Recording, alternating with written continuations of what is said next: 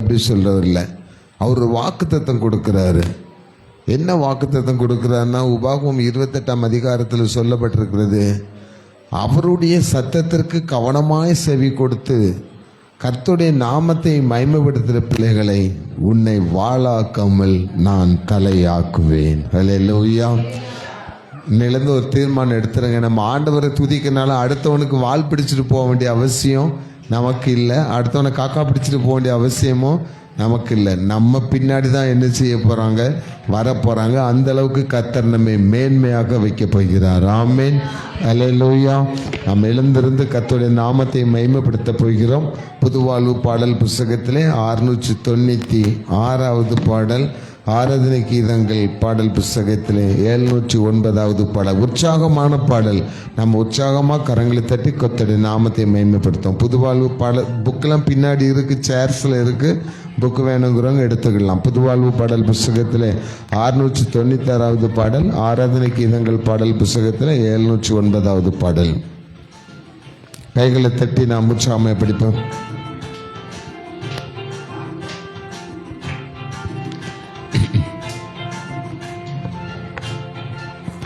உன்னை வாளாக்காமல் இயேசு தலையாக்குவார், உன்னை கீழாக்காமல் இயேசு மேலாக்குவார். உன்னை வாளாக்காமல் இயேசு தலையாக்குவார், உன்னை கீழாக்காமல் இயேசு மேலாக்குவார். ஜெயம் ஜெயம் அல்லேலூயா, ஜெயம் ஜெயம் அல்லேலூயா, ஜெயம் ஜெயம் அல்லேலூயா, ஜெயம் ஜெயம் அல்லேலூயா. உன்னை வாளாக்காமல் இயேசு தலையாக்குவார், உன்னை கீழாக்காமல் இயேசு மேலாக்குவார். உன்னை வாளாக்காமல் இயேசு தலையாக்குவார், உன்னை கீழாக்காமல் இயேசு மேலாக்குவார். இஸ்ரவேலே நீ பயப்படாதே, இஸ்ரவேலே நீ பயப்படாதே, கரம் பிடித்து உன்னை நடத்தி செல்வார், கரம் பிடித்து உன்னை நடத்தி செல்வார். ஜெயம் ஜெயம் அல்லேலூயா, ஜெயம் ஜெயம் அல்லேலூயா, ஜெயம் ஜெயம் அல்லேலூயா, ஜெயம் ஜெயம் அல்லேலூயா. உன்னை வாளாக்காமல் இயேசு தலையாக்குவார், உன்னை கீழாக்காமல் இயேசு மேலாக்குவார். உன்னை வாளாக்காமல் இயேசு தலையாக்குவார், உன்னை கீழாக்காமல் இயேசு மேலாக்குவார். செங்கடலும் யோர்தானும், செங்கடலும் யோர்தானும் உன்னை கண்டு விலகி ஓடுமே, உன்னை கண்டு விலகி ஓடுமே. ஜெயம் ஜெயம் அல்லேலூயா, ஜெயம் ஜெயம் அல்லேலூயா, ஜெயம் ஜெயம் அல்லேலூயா, ஜெயம் ஜெயம் அல்லேலூயா.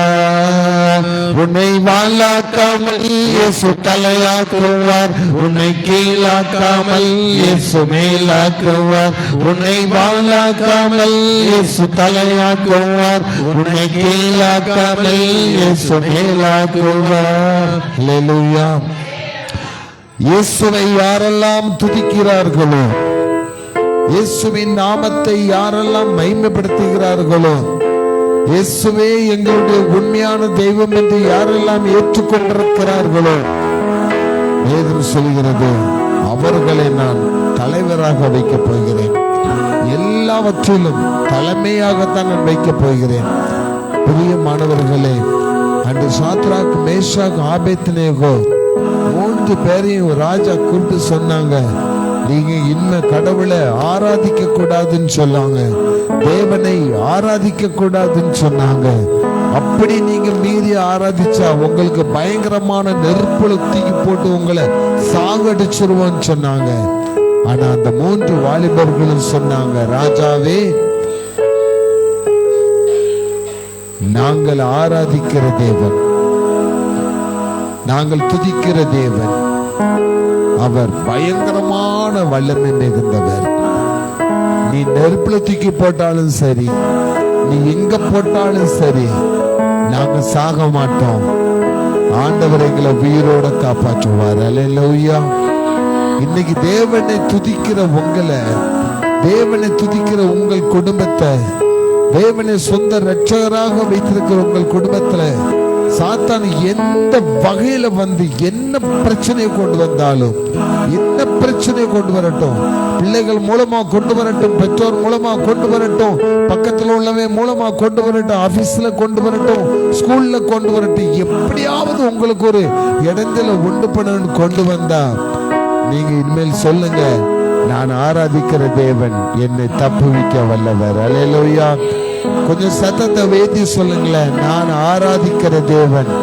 சத்தமா சொல்லுங்க, நான் ஆராதிக்கிற தேவன். என் காதுக்கே கேட்க மாட்டேங்குது. நான் ஆராதிக்கிற தேவன் என்னை தப்புவிக்க வல்லவர். அல்லேலூயா. அப்படி நீங்க தேவனை ஆராதிக்கும் பொழுது பாலும் தேனும் ஓடுகிற கானான் தேசத்தை போல ஆண்டவர் உங்களை மாற்றுவார். அல்லேலூயா. அந்த பாடல கடைசி வரி அதான் சொல்லுது, பாலும் தேனும் ஓடுகின்ற கானான் தேசத்தை போல உன்னை மாற்றிடுவாராம். அப்ப நீங்க செழிப்பா வாழ போறீங்க. ஆமாவா? ஆமாவா இல்லையா? செழிப்பா வாழ போறீங்க, வளமா வாழ போறீங்க, நல்ல சந்தோஷமா வாழ போறீங்க, வியாதி இல்லாம வாழ போறீங்க, நல்ல ஆரோக்கியமா வாழ போறீங்க, நல்ல சிங்கத்தை கொத்த பலனை பெற்று நீங்க வாழ போறீங்க. ஆமீன் சொல்லுங்க. நாம் அவரை துதிக்கிறதுனால. அல்லேலூயா. அல்லேலூயா. பாலும் தேனும் ஓடுகிற, பாலும் தேனும் ஓடுகிற தேசத்தை போல் உன்னை மாற்றிடுவார், தேசத்தை போல் உன்னை மாற்றிடுவார். ஜெயம் ஜெயம் அல்லேலூயா, ஜெயம் ஜெயம் அல்லேலூயா, ஜெயம் ஜெயம் அல்லேலூயா, ஜெயம் ஜெயம் அல்லேலூயா. உன்னை வாழாக்காமல் தலையாக்குவார், உன்னை கீழாக்காமல் மேலாக்குவார், உன்னை பாழாக்காமல் தலையாக்குவார், உன்னை கீழாக்காமல் தலையாக்குவார். ஜெயம் ஜெயம் அல்லேலூயா, ஜெயம் ஜெயம் அல்லேலூயா, ஜெயம் ஜெயம் அல்லேலூயா, ஜெயம் ஜெயம் அல்லேலூயா.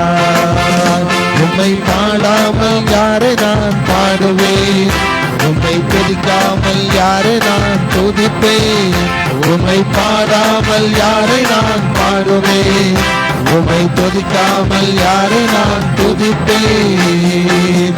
துதியும் உமக்கே அல்லேலூயா, கனவும் உமக்கே அல்லேலூயா, மகிமை உமக்கே அல்லேலூயா, புகழ்ச்சி உமக்கே அல்லேலூயா. துதியும் உமக்கே சத்தமா, கனவும் உமக்கே அல்லேலூயா, மகிமை உமக்கே அல்லேலூயா, புகழ்ச்சி உமக்கே அல்லேலூயா. உம்மை பாடாமல் யாரை நான் பாடுவேன், உம்மை துதிக்காமல் யாரை நான் துதிப்பேன், உம்மை பாடாமல் யாரை நான் பாடுவேன், உம்மை துதிக்காமல் யாரை நான் துதிப்பேன். துக்கங்களை சந்தோஷமாய் மாற்றினீர், துயரங்களை மகிழ்ச்சியாக மாற்றினீர், துக்கங்களை சந்தோஷமாய் மாற்றினீர், துயரங்களை மகிழ்ச்சியாக மாற்றினீர். உம்மை பாடாமல் யாரை நான் பாடுவேன், உம்மை துதிக்காமல் யாரை நான் துதிப்பேன், உம்மை பாடாமல் யாரை நான் பாடுவேன், உம்மை துதிக்காமல் யாரை நான் துதிப்பேன், உம்மை பாடாமல் யாரை நான் பாடுவேன், உம்மை துதிக்காமல் யாரை நான் துதிப்பேன், உம்மை பாடாமல் யாரை நான் பாடுவேன், உம்மை துதிக்காமல் யாரை நான் துதிப்பேன். ஆகாததென்று தள்ளப்பட்ட கல்லே மூளைக்கு தலைக்கல்லாயிற்று, அது கத்தரால் ஆயிட்டான். இன்னைக்கு பர்சனலா உங்களை, உங்க குடும்பத்துல உள்ள அப்பா அம்மா சொல்லுவாங்க, ஒன்றை பெற்றதுக்கு ஒரு உரலை பெற்றிருக்கலாம், இல்லை ஒன்றை பெற்றதுக்கு ஒரு மாடை பெற்றிருக்கலாம், அதாவது நமக்கு பிரயோஜனமாக இருக்கும். அந்த அளவுக்கு நம்மகிட்ட ஏதாவது பலவீனங்கள் இருந்திருக்கலாம். ஒரு குடும்பத்தில் ஒரு வாலிப சகோதரன் கல்லூரி படித்து கொண்டிருந்தான். என்னோட போப்ஸ் காலேஜில் படித்த பையன். அந்த காலத்தில் நாங்கள் படிச்சுட்டு இருக்கும்போது ஒரு நாள் ஹாஸ்டல்ல இருந்து அவன் ஷாப்பிங் போயிட்டு வர்றக்குள்ள இடையில ஒரு ஆக்சிடென்ட்ல மாட்டிக்கிட்டான். தூத்துக்குடிக்கு போற பஸ்ல இடையில விழுந்து 2 காலும் அவனுக்கு துண்டாயிடுச்சு. அதுக்கு மேல அந்த பையனால படிக்க முடியல. நானும் அனாத ஹாஸ்டல்ல தான் இருந்தேன், அவனும் அனாத ஹாஸ்டல்ல தான் இருந்தான். அவங்க சித்தி பாதுகாப்புல இருந்தான். அந்த பையனுக்கு சொந்த ஒரு பண்ணவில்லை. அவன் பேரு அப்படி பேரு தான் பன்னன் சாமுவேல் அவன் பேரு. அவங்க வீட்டில் ஆப்ரேஷன்லாம் முடிஞ்சு 2 காலையும் எடுத்த பிறகு அவங்க வீட்டுக்கு நான் பார்க்க போயிருந்தோம். நானும் எங்கள் ஃப்ரெண்ட்ஸ்லாம் சேர்ந்து போயிருந்தோம். அப்போ அவங்க சித்தி சொன்னாங்க, இவனை நாங்கள் படிக்க வச்சு இவன் எங்களுக்கு கடைசி காலத்தில் எங்களுக்கு உதவி செய்வான்னு நினச்சி தான் நாங்கள் இவனை கேர் எடுத்தோம். ஆனால் அவன் படித்தது என் கூட அனாத ஹாஸ்டலில். ஆனால் இப்படி இவன் ஆவான்னு தெரிஞ்சிருந்தா அவங்க அப்பா அம்மா செத்தனைக்கு இவனையும் சாகடிச்சிருக்கலாம். இனிமேல் இவனால ஒரு பிரயோஜனம் கிடையாது. இவனுக்கு இனிமேல் யாரு சாப்பாடு போடுவா?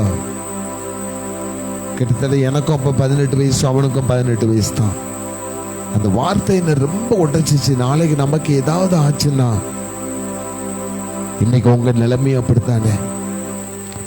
உங்களை நம்பிட்டு இருப்பாங்க, இவதான் இவன் தான் நமக்கு அப்படின்னு நம்பிட்டு இருப்பாங்க.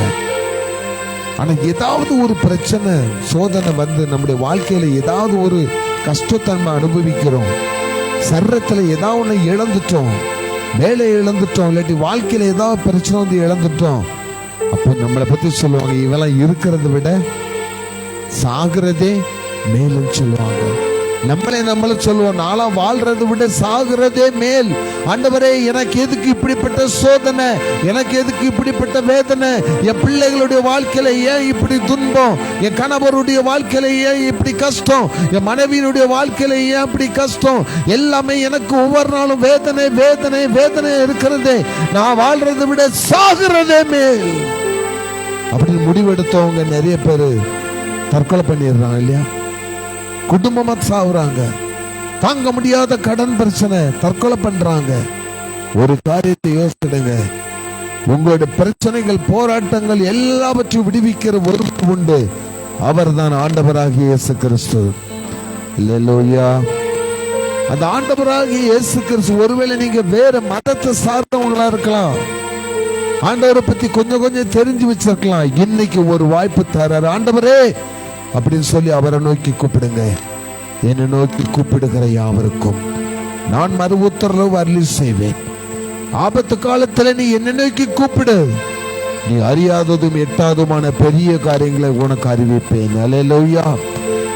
அதே மாதிரி தான் ஆண்டவர் சொல்றாரு, பிரச்சனை வரும்போது, போராட்டம் வரும்போது, வேதனைகள் வரும்போது, கஷ்டம் வரும்போது, கண்ணீர் வரும்போது, வியாதி வரும்போது, தோல்விகள் வரும்போது துவண்டு போய்விடாதே, சோர்ந்து போய்விடாதே.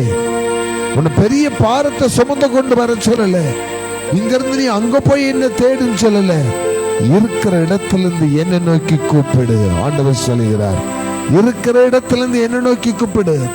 உன் பிள்ளைக்காக நீ ஆண்டவரை நோக்கி கூப்பிடு, உன் மகனுக்காக ஆண்டவரை நோக்கி கூப்பிடு, வாலிப மகளே உன் படிப்புக்காக ஆண்டவரை நோக்கி கூப்பிடு, சின்ன பிள்ளைங்களே உங்களுக்காக ஆண்டவரை நோக்கி கூப்பிடுங்க, வியாதிப்பட்டிருக்கிறவங்க ஆண்டவரை நோக்கி கூப்பிடுங்க.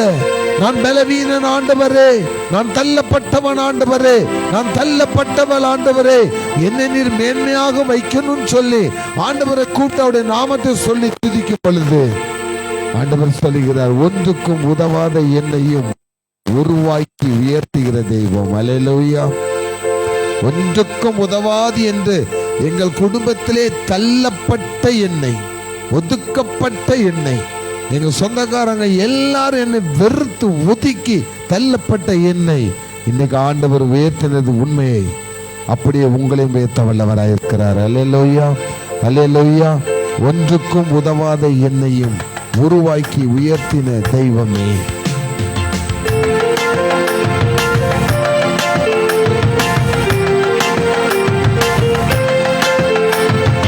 ஒன்றுக்கும் உதவாத என்னையும் உருவாக்கி உயர்த்தின தெய்வமே. ஒன்றுக்கும் உதவாத என்னையும் உருவாக்கி உயர்த்தின தெய்வமே. உம்மை பாடாமல் யாரை நான் பாடுவேன், உம்மை துதிக்காமல் யாரை நான் துதிப்பேன்.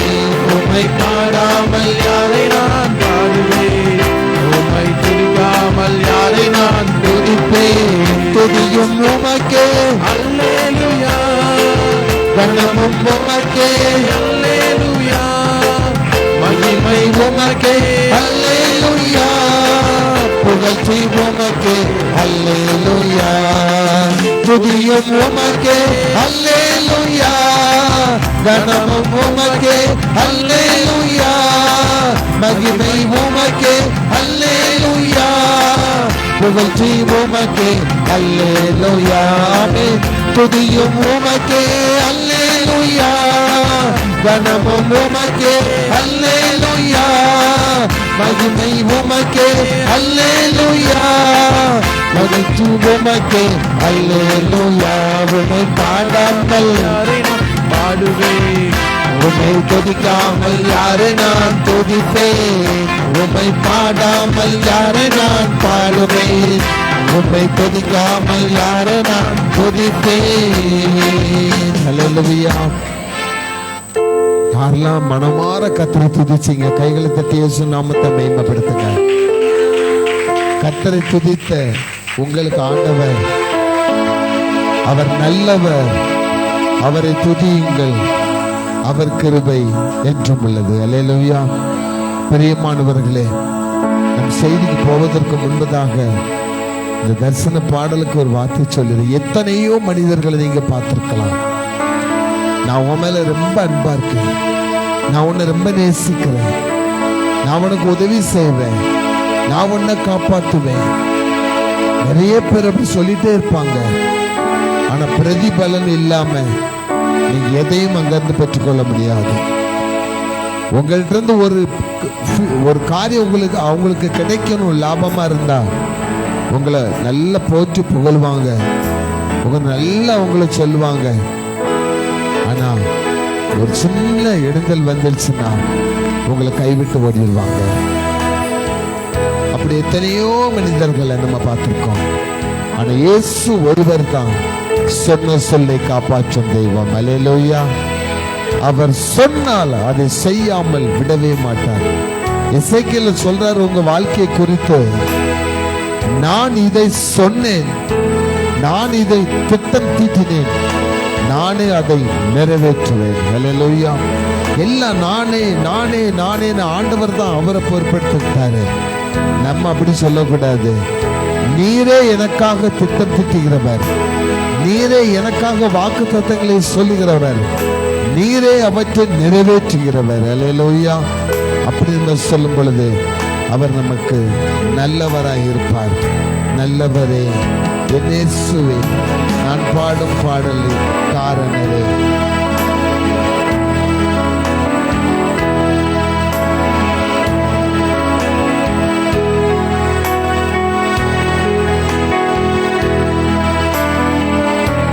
நல்லவரே என் இயேசுவே, நான் பாடும் பாடலின் காரணரே. நல்லவரே என் இயேசுவே, நான் பாடும் பாடலின் காரணரே. நன்மைகள் எதிர்பார்த்து உதவாதவர், ஏழையாம் என்னை என்றும் மறவாதவர். நன்மைகள் எதிர்பார்த்து உதவாதவர், ஏழையாம் என்னை என்றும் மறவாதவர்.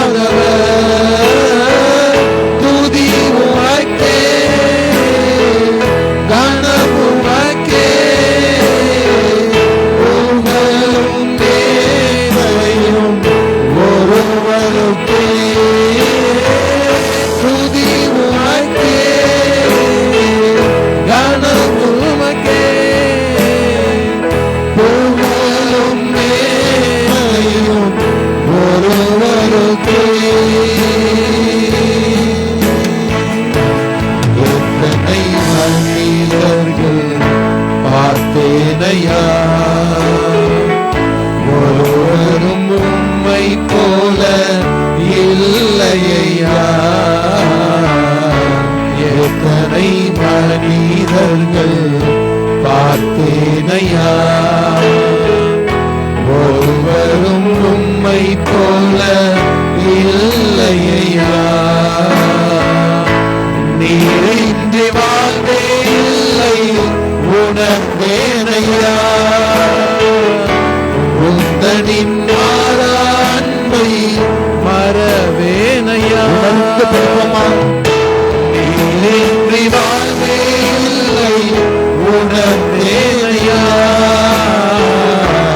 உந்தனின் அன்பை மறவேனையா. துதி உமக்கே, கனம் உமக்கே, புகழும் மேன்மையும் ஒருவருக்கே. துதி உமக்கே, கனம் உமக்கே, புகழும் மேன்மையும் ஒருவருக்கே. உமக்கே துதி, உமக்கே கனம், உமக்கே புகழ். என் இயேசுவே, உமக்கே துதி, உமக்கே கனம், உமக்கே புகழ். என் இயேசுவே.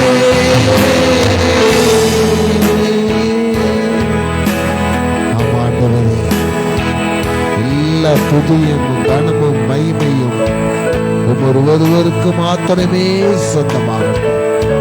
நாங்கள் எல்லாம் வெறும் மண்ணாண்டவரே, நாங்கள் மண்ணென்று நினைவு கூறுகிறோம். நீர் எங்களை உருவாக்குகிற கடவுள். இதோ இந்த இடத்தில் கூடி வந்திருக்கிற அருமையான பிள்ளைகளும் இது பார்த்து கொண்டிருக்கிறவர்களுக்கு தான் சேர்த்து தான் நாங்கள் மண்ணென்று நினைவு கூறுகிறோம். நீர் எங்களை புதிதாக உருவாக்கும், புதிதாக உருவாக்கும். வருகிற மார்ச் மாதம் 1ஆம் தேதி இன்னும் கொஞ்ச நேரம் தான் இருக்குது. ஆண்டவர் சொல்லுகிறார், நான் உங்களை புதிதாக உருவாக்க போகிறேன். உங்கள் சரீரத்தை புதிதாக உருவாக்க போகிறேன். உங்கள் குடும்பத்தை புதிதாக உருவாக்க போகிறேன். உங்கள் பிள்ளைகளை புதிதாக உருவாக்க போகிறேன். உங்கள் வாழ்க்கையை புதிதாக உருவாக்க போகிறேன். பழையவைகள் எல்லாம் ஒளிந்து போகும், எல்லாம் புதிதாகும், எல்லாம் புதிதாகும், எல்லாம் புதிதாகும். கரங்களை தட்டி இயேசு நாமத்தை மகிமைப்படுத்துவோம். கர்த்தர் உங்களை ஆசீர்வதிப்பாராக. தயவுசெய்து உட்காருவோம். கிறிஸ்துவுக்கு பிரியமானவர்களே, கர்த்தருடைய செய்திக்கு கடந்து போறதுக்கு முன்னாடி ஒரு சின்ன ரிக்வெஸ்ட் சொல்லிடுறேன். சர்வீஸ் முடிஞ்ச உடனே கொஞ்சம் பிள்ளைகள் இந்த பாயை மட்டும் முதல்ல என்ன செஞ்சிடணும், மடமடன் மடிச்சு வச்சிடணும். நம்ம எல்லாருக்கும் உட்காந்தே தான் சாப்பிட போறோம். அதனால மடமடன் எல்லாரும் சேர்ந்து நம்ம உட்காந்து செய்ய போறோம். இந்த நாள்ல உபவாச ஜெபத்துல முதலாக கர்த்தருடைய செய்தியை அருமையான மகன் டேவிட் சனேஷ்குமார் கொடுக்க போறாங்க. அல்லேலூயா. கரங்களை தட்டி நாம் இயேசுவின் நாமத்தை மகிமைப்படுத்துவோம். நீங்க வருகிற வார்த்தைகள் நமக்கு பிரயோஜனமா இருக்கணும், எல்லாருக்கும் அது பிரயோஜனமா இருக்கணும். அதனால ஆண்டவரே, எங்களுக்கு அது பிரயோஜனப்படும்படி நீங்களும் கேளுங்க. மகனுடைய வார்த்தைகள் எல்லாருக்கும் பிரயோஜனமா இருக்கும்படி கர்த்தர் அவனை ஆசீர்வதித்து பலப்படுத்தி பாதுகாக்கட்டும். இயேசுவின் நாமத்தினாலே நாங்கள் அவனை அன்போடு வரவேற்கிறோம். கர்த்தர் அவனை ஆசீர்வதிப்பாரா.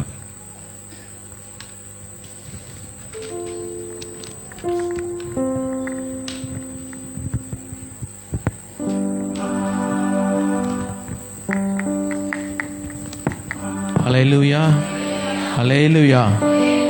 கண்களை மூடி வரும் ஆண்டவரை நோக்கி பார்க்கலாம். ஆண்டவரே, எமக்கு கொடா கொடி நன்றி தகப்பனே. இந்த அருமையான நல்ல வாய்ப்புக்காக ஆண்டவரே எமக்கு நன்றி தகப்பனே. அப்பா, இந்த அந்நேரத்தில் அப்பா நீர் எங்களோட இடைப்படுங்க, நீர் எங்களோட பேசுங்க தகப்பனே. ஆண்டவரே நீரே எங்களுக்கு ஆண்டவரே இந்த இடத்துல உங்களுடைய சத்தியத்தை போதிக்கும்படியாக கேட்டுக்கொள்கிறோம் தகப்பனே. அடியேன் எடுத்து பயன்படுத்துங்க. இயேசு கிறிஸ்துவின் மூலம் ஜெபிக்கிறோம். ஜெபம் கேளும் ஜீவனில் நல்ல தகப்பனே. ஆமேன், ஆமேன். ஹல்லேலூயா. எல்லாம் சந்தோஷமா இருக்கீங்களா? ஹல்லேலூயா.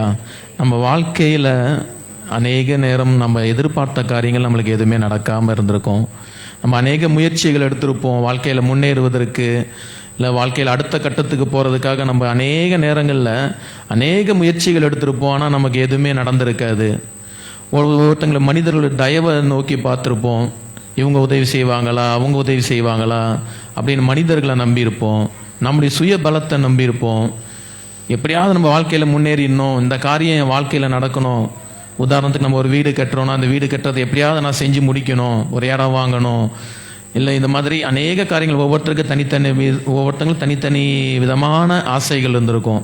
ஆனால் நம்ம அதுக்காக எவ்வளவோ முயற்சி எடுத்திருப்போம். ஆனால் நமக்கு அந்த காரியங்கள் வாய்க்காமல் இருந்திருக்கும். ஏன்டா நமக்கு வாய்க்கல சொல்லிட்டு நம்ம நிறைய டைமு குழம்பி போயிருப்போம். நம்மளால் முடியாமல் இருந்திருக்கோம். நம்ம சுய பலத்தில் ஓடி பார்த்துருப்போம். சம்பாதிச்சு எப்படியாவது பண்ணிடலாம்னு நினச்சிருப்போம். இல்லை எப்படியாவது யாரையாவது பார்க்கலாம், இவங்க உதவி செய்வாங்க, அவங்க உதவி செய்வாங்க அப்படின்னு நம்ம நிறைய காரியங்களில் நம்ம நினச்சிருப்போம். ஆனால் நமக்கு எதுவுமே நடந்திருக்காது. நான் ஆண்டவர் இன்னைக்கு சொல்கிறாரு, நீங்கள் எல்லாத்தையும் செய்து முடிப்பீங்க. ஆமென், ஹல்லேலூயா. நீ வருங்க நாட்கள் நீங்கள் எல்லாத்தையும் செய்து முடிப்பீங்க. ஹல்லேலூயா. உங்கள் மனதில் இருக்க ஆசைகள், உங்கள் மனதில் இருக்க ஏக்கங்கள், உங்கள் வாழ்க்கையில் நடக்கணும்னு நீங்கள் நினைத்திருக்க காரியங்கள் எல்லாத்தையும் நீங்கள் செய்து முடிக்க போகிறீங்க. ஹல்லேலூயா. எப்படி செய்து முடிக்க போகிறோம்? ஹல்லேலூயா. தேவன் நம்மளோடு இருக்கும்போது நம்ம செய்து முடிப்போம். ஹல்லேலூயா. கர்த்தர் நமக்கு பலனாக இருக்கும்போது கண்டிப்பாக நம்ம செய்து முடிப்போம். ஒரு குழந்தை இருக்குது, ஒரு 20 கிலோ ஒரு மூட்டை இருக்குன்னா அந்த குழந்தை போய் தூக்கவே முடியாது. அதுவே நானே போய் தூக்குறேன் சொல்லிட்டு நிறைய வீட்டில் நடக்கும். ஏதாவது ஒரு பொருள் தான் நான் போய் தூக்குறேன்னு அந்த குழந்தை ஃபஸ்ட்டு போயிட்டு தூக்கும். ஆனால் அந்த குழந்தையால் தூக்கவே முடியாது. அதுக்கப்புறம் அது பொறுமையாக திரும்பி அவங்க அம்மாவே இல்லை அவங்க அப்பாவே பார்க்கும். அப்போ அவங்க அப்பா ஒரு கை பிடிப்பார், அப்போ அதை தூக்க முடியும். அது அந்த பொண்ணு தூக்கணும் தான் நினச்சிக்கும், அந்த குழந்தை தூக்கணும் தான் நினச்சிக்கும். ஆனால் அங்கே அந்த அப்பாவுடைய பலம் தான் அதை தூக்கி இருக்கும். ஹல்லேலூயா. அதே போல் இன்றைக்கி நம்ம வாழ்க்கையில் நம்ம எல்லாவற்றையும் செய்யணும்னா நமக்கு தேவ பலம் தேவைப்படுகிறது. பிலிப்பியர் 4:13 ஒருத்தர் படிங்க.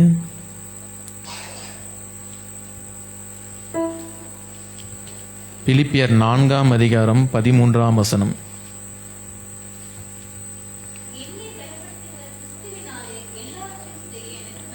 ஆமென். என்னை பலப்படுத்துகிற கிறிஸ்துவினாலே எல்லாவற்றையும், 1 இல்லை 2 இல்லை, இந்த 3 காரியம் மாத்திரம் தான் இல்லை, சகலத்தையும் நீங்கள் செய்ய முடியும்.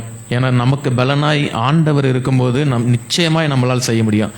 அதிகாரத்தால் செய்ய முடியாததை, நம்மளுடைய உறவினர்களோ யாருடைய நண்பர்கள் துணையோடு செய்ய முடியாததை, பணத்தால் செய்ய முடியாததை நிச்சயமாய் நமக்கு ஆண்டவர் நம்ம பலனாக இருக்கும்போது நமக்கு செய்ய முடியும். ஆண்டவர் யாரை பலப்படுத்துவார், ஆண்டவர் யாரை பலப்படுத்துகிறாரோ அவங்க கண்டிப்பாக எல்லாவற்றையும் செய்ய போகிறாங்க, செய்து முடிப்பாங்க. ஆண்டவர் யாரை பலப்படுத்துவார்? ஆண்டவர் அநேகரை விதவிதமான விதத்தில் பலப்படுத்துகிறாரு, தாங்குறாரு, தப்புவிக்கிறாரு. நான் ஒரு சில காரியங்களை நம்ம படிக்கலாம். ஆண்டவர் ஒரு சிலரை பலப்படுத்துகிறார். எந்த விதத்தில் கேட்டிங்கன்னா, ஏசாயா 40:29 மாத்திரம் ஒருத்தங்க படிங்க.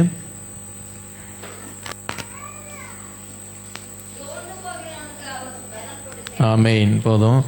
சோர்ந்து போகிறவனுக்கு அவர் பலன் கொடுக்கிறார். ஹல்லேலூயா. இன்னைக்கு நம்ம வாழ்க்கையில் நம்ம அநேக காரியங்களில் சோர்ந்து போயிருப்போம்.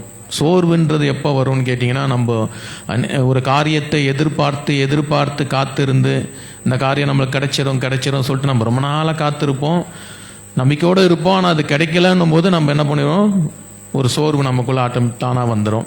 இதே மாதிரி யாராவது நம்மளை ஏமாற்றிட்டாங்க, நம்ம ஒருத்தங்களை நம்பிட்டு இருக்கிறோம், இவங்க நம்ம வாழ்க்கையில் நம்ம துணையாக இருப்பாங்க, இல்லை இவங்க நமக்கு நிறைய காரியங்களை செய்வாங்க அப்படி நம்ம நம்பிட்டு இருக்கிறவங்க திடீர்னு நம்மளை ஏமாற்றும் போது நம்ம வாழ்க்கையில் ஒரு சோர்வு வந்துடும். அதே மாதிரி நமக்கு பிரியமானவர்கள் இந்த உலகத்தை விட்டு பிரிஞ்சு போயிட்டாங்க, இறந்து போயிட்டாங்க, இல்லை நமக்கு ரொம்ப நெருக்கமானவர்கள் நம்மளை விட்டு பிரிஞ்சு போயிட்டாங்கன்னா நம்ம மனசில் தானாகவே ஒரு சோர்வு நம்மளை ஆட்கொள்ளும். அதேமாதிரி வியாதிப்படும்போது, இல்லை நம்ம எதிர்காலத்தை குறித்து நம்ம பயப்படும் போது நமக்கு ஒரு சோர்வு வருது மனசில். அப்போ சோர்ந்து நம்ம மனசெல்லாம் ஒரு மாதிரி கரைஞ்சி போயிடும், நமக்கு எதுவுமே நடக்கலை அப்படின்னு சொல்லிட்டு நம்ம அநேக காரியங்களை குறித்து சோர்ந்து போயிடும். சில பேருக்கு பார்த்திங்கன்னா வித்தியாசமான பயங்கள்லாம் கூட வரும். இந்த உலகம் அழிய போகுது, நம்ம பொருள்லாம் அழிய போகுது, நம்மளாம் சாக போகிறோம், நம்ம பிள்ளைங்களாம் செத்துருமோ ஃப்யூச்சரில், அப்படி இப்படி சொல்லிட்டு நிறைய பேருக்கு இப்படி ஒரு பயம். நிறைய பேருக்கு அந்த பயம் வரும்போது கூட நிறைய பேர் ஒரு மாதிரி சோர்ந்து போயிடுவாங்களாம். வேதம் சொல்லுது, லூக்கா 21 அதிகாரம் 26 வசனம். லூக்கா 21:26.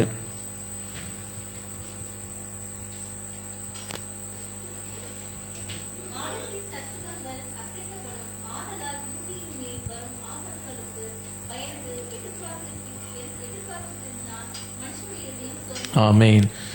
பூமியின் மேல் வரும் ஆபத்துக்களுக்கு பயந்து எதிர்பார்ப்பதினால் மனுஷனுடைய இருதயம் சோர்ந்து போகிறது.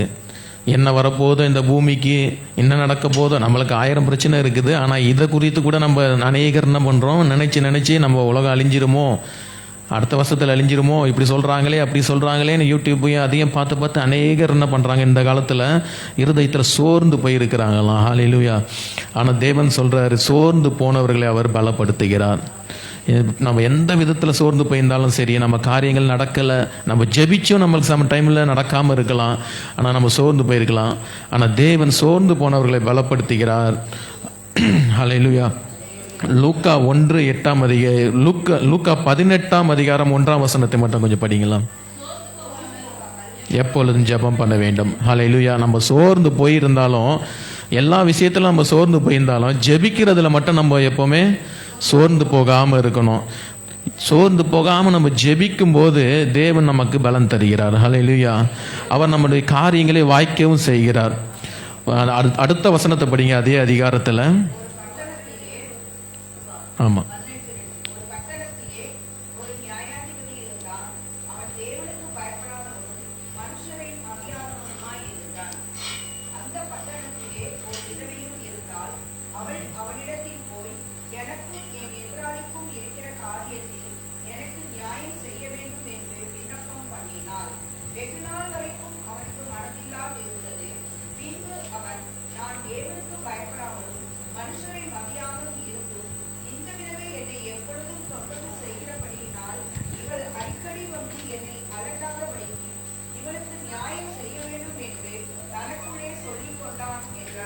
ஆமென். இங்கே ஒரு அருமையான சம்பவம் சொல்லப்பட்டிருக்குது. ஒரு பட்டணத்தில் ஒரு நியாயாதிபதி இருக்கிறாரு. அவங்கள ஒரு விதவை என்ன பண்ணுறாங்க, டெய்லி கேட்டுகிட்டே இருக்காங்க, எனக்கும் எதிராளிக்கும் உள்ள வழக்கை நீங்கள் தீர்க்கணும் சொல்லிட்டு காலையில் மாலையில் அந்த அதிகாரி எங்கே பார்த்தாலும் அந்த நியாயாதிபதியை பார்த்து தொல்லை பண்ணிக்கிட்டே இருக்கிறாங்களாம். அவங்களுடைய தொல்லை தாங்க முடியாமல், அந்த விதவையுடைய தொல்லை தாங்க முடியாமல் அந்த அநீதி உள்ள ஒரு நியாயாதிபதியை மனசில் நினைக்கிறார், இவளுக்கு ஏதாவது நான் பண்ணி இவனை தொல்லை பண்ணாமல் இருக்கிற மாதிரி நான் இவளுக்கு எல்லாத்தையும் பண்ணி முடிக்கணும் அப்படி சொல்லிட்டு நினைக்கிறார். ஆண்டவர் இந்த ஊமையை அருமையாக சொன்னார். நம்ம சோர்ந்து போகாமல் எப்பொழுதும் ஜெபிக்கணுன்றக்காக இந்த ஊமையை சொன்னார். நம்ம சோர்ந்து போகிற நேரத்தில் ஆண்டவரை விடாமல் கேட்டுக்கிட்டே இருக்கணும். ஹல்லேலூயா. விடாமல் கேட்டே இருக்கணும். நம்ம ஒரு வாட்டி கேட்டோம், 2 வாட்டி கேட்டோம், நம்மளுக்கு நடக்கலை அப்படி சொல்லிட்டு நம்ம நினைக்கக்கூடாது.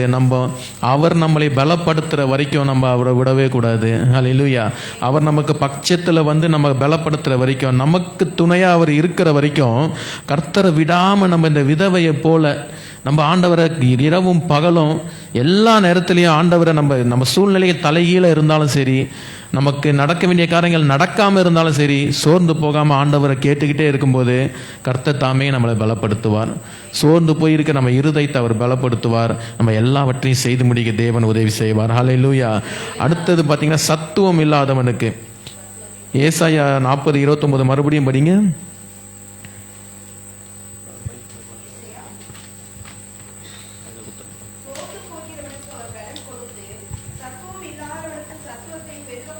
ஆமென். ஹல்லேலூயா.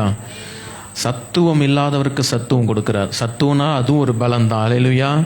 ஹல்லேலூயா. அநேகருடைய சரீரங்களில் பலவீனங்கள், வியாதிகள், இதனால் சத்து இல்லாமல் சோர்ந்து போயிடுறாங்க. ஹல்லேலூயா. விதவிதமான வியாதிகள் இந்த காலத்தில் வந்துட்டு இருக்குது. ஆனால் அவங்க எல்லாம் ரொம்ப பலவீனமாக இருக்கிறாங்க.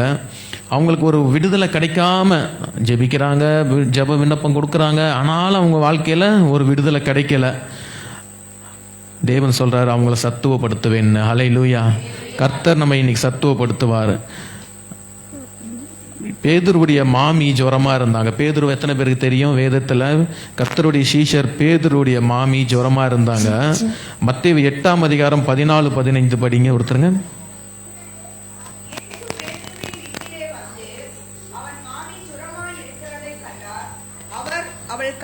தொட்டவுடனே ஜுரம் அவளை விட்டு நீங்கிற்று. ஆமென். அவள் எழுந்திருந்து அவர்களுக்கு பணிவிடை செய்தாள். ஆமீன். பேதுருடைய மாமி ஜுரமா இருக்கும்போது யார் வந்தா? இயேசு அவங்க வீட்டுக்கு வந்தாங்க. ஹல்லேலூயா. இயேசு வந்து அந்த மாமியுடைய கரத்தை தொட்ட உடனே சுகம் கிடைத்தது. இன்னைக்கு நம்ம வாழ்க்கையில் நம்மளும் சத்துவம் இல்லாமல் பலன் இல்லாமல் நோய் நொடிகளோட போராடி கொண்டு இருக்கிறோமா? நம்ம வீட்டுக்கு ஏசப்பா வரணும்னு சொல்லிட்டு நம்ம கேட்கணும். ஹல்லேலூயா.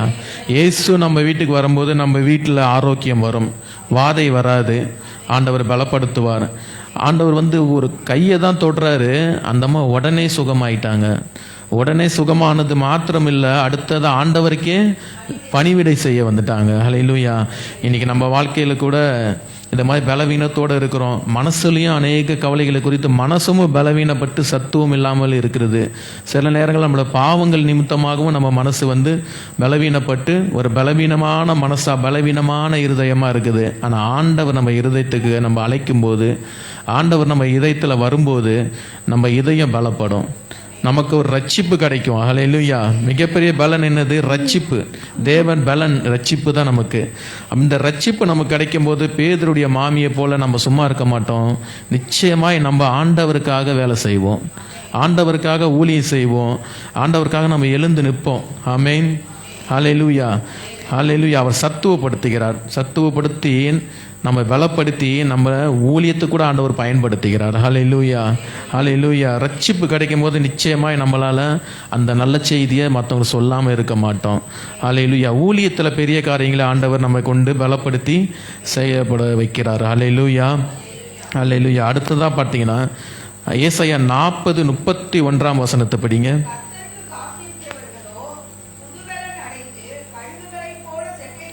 ஆமென். ஆமென். போதும் ஆண்டி. அடுத்தது மூணாவதா, கர்த்தருக்கு காத்திருக்கிறவர்கள் புது பலன் அடைகிறார்கள். ஹல்லேலூயா. அவர் என்ன பண்றாரு? புது பலன். யார் கர்த்தருக்காக காத்திருக்கிறாங்களோ, அவர் சமூகத்தில் காத்திருக்கிறாங்களோ அவங்களுக்கு கர்த்தர் ஒரு புதிய பலனை தருகிறார். காத்திருக்கிறது சாதாரண விஷயம் கிடையாது, ஈஸின்ட்டு நம்ம நினச்சிக்கலாம். நம்ம படிக்கிறோம் ஈஸியாக, ஆனால் ஒவ்வொரு விஷயங்களுக்காக நம்ம காத்திருக்கிறது ஒரு அவ்வளோ சாதாரண விஷயம் இல்லை. நம்ம ரயில்வே ஸ்டேஷனில் போய் காத்திருப்போம் ட்ரெயினுக்காக, ஆனால் ஒரு நம்பிக்கை நம்மளுக்கு இருக்கும், கண்டிப்பாக ட்ரெயின் 5 மணிக்கு வரும். நம்ம 4 மணிக்கே கூட போய் காத்திருப்போம், 3 மணிக்கே கூட போய் காத்திருப்போம். நம்ம கையில் டிக்கெட் இருக்குது, கண்டிப்பாக ட்ரெயின் வரும்னு ஒரு நமக்குள்ளே ஒரு உறுதி இருக்குது, நம்பிக்கை இருக்குது. ஒருவேளை ட்ரெயின் 5 நிமிஷம் 10 நிமிஷம் லேட் ஆனால் கூட அந்த ட்ரெயின் எப்படி இருந்தாலும் வந்துடும் அப்படின்ட்டு நமக்கு ஒரு உறுதியான அதில் ஒரு கன்ஃபார்மான நம்ம டிக்கெட் நம்மக்கிட்ட இருக்குது. ஆனால் கர்த்தர் காத்திருக்கிறது எப்படின்னு கேட்டிங்கன்னா, நம்ம காண முடியாமல் விசுவாசிக்கிறது. நம்ம கண்ணு எதிரில் இது நடக்கும்ன்றதுக்கான எந்த ஒரு சாட்சிய அறிகுறிகளும் இருக்காது. ஆனால் நம்ம திடமனதாய் கர்த்தருக்கு காத்திருக்கணும். கர்த்தருக்கு காத்திருக்கிறது அதனால் ஒரு சாதாரண விஷயம் நம்ம ஈஸியாக நினைக்க முடியாது. நம்ம எந்த விஷயத்துக்காக நம்ம காத்திருக்கிறோமோ அந்த விஷயம் அப்போ தான் தடைப்படும். அதுக்காக நம்ம எந்த விஷயத்துக்காக நம்ம முயற்சி எடுக்கிறோமோ அதில் எல்லா தடைகளையும் சாத்தான் கொண்டு வருவான். அது எல்லாம் எதிரான எல்லாமே நம்ம நினைக்கிறதுக்கு நேர் ஆப்போசிட்டாக எல்லாமே நடக்கும். ஆனால் அதையும் தாண்டி நம்ம கர்த்தருக்கு காத்திருக்கும் போது, கர்த்தருக்கு விசுவாசித்து திடமனுதாய் காத்திருக்கும் போது ஆண்டவர் என்ன பண்ணுறார் தெரியுமா? நம்ம இருதயத்தை முதல்ல ஸ்திரப்படுத்துகிறார். முதலெடுத்தோம் நம்ம இருதயம் ஸ்திரப்பட்டால் தான் நம்ம அடுத்த கட்டத்துக்கே நம்ம போக முடியும். சங்கீதம் 27:14 ஒருத்தர் படிங்க. சங்கீதம் 27:14.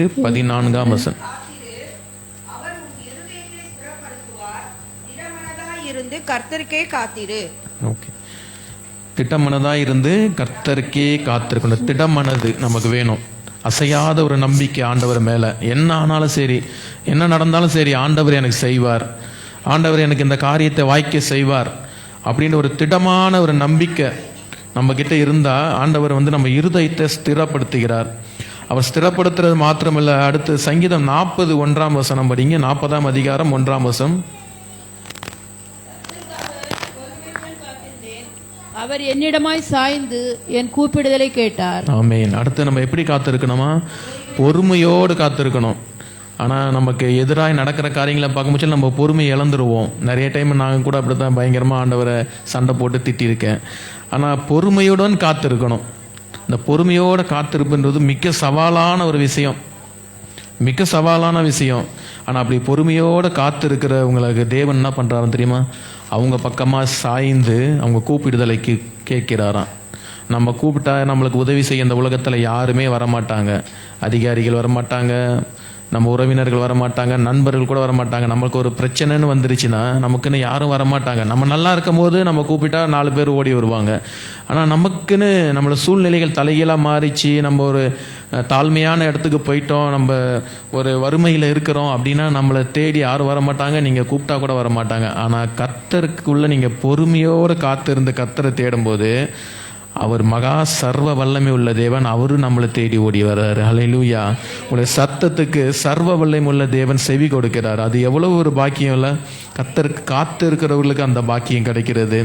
அடுத்தது பார்த்தீங்கன்னா, அவர் கர்த்தருக்கு காத்து இருக்கிறவங்களுக்கு மிகப்பெரிய காரியங்கள், யாரும் மனுஷர்கள்லாம் அறிய முடியாத காரியங்கள், அப்படிப்பட்ட அற்புதங்களை தேவன் நமக்கு செய்கிறார். ஏசாயா 64:4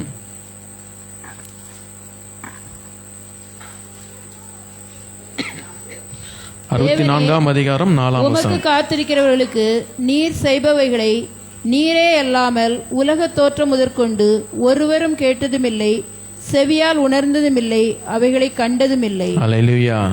கர்த்தருக்கு காத்திருக்கிறவர்கள் தேவன் செய்கிற காரியத்தை இந்த உலகத்தில் யாருமே அறிய முடியாத, கிரகிக்க முடியாத பெரிய காரியங்களை தேவன் அவருக்கு காத்திருக்கிறவர்களுக்கு, விசுவாசத்தோடு திடமனதோடு கர்த்தருக்கு காத்திருக்கிறவர்களுக்கு அவர் செய்கிறார்.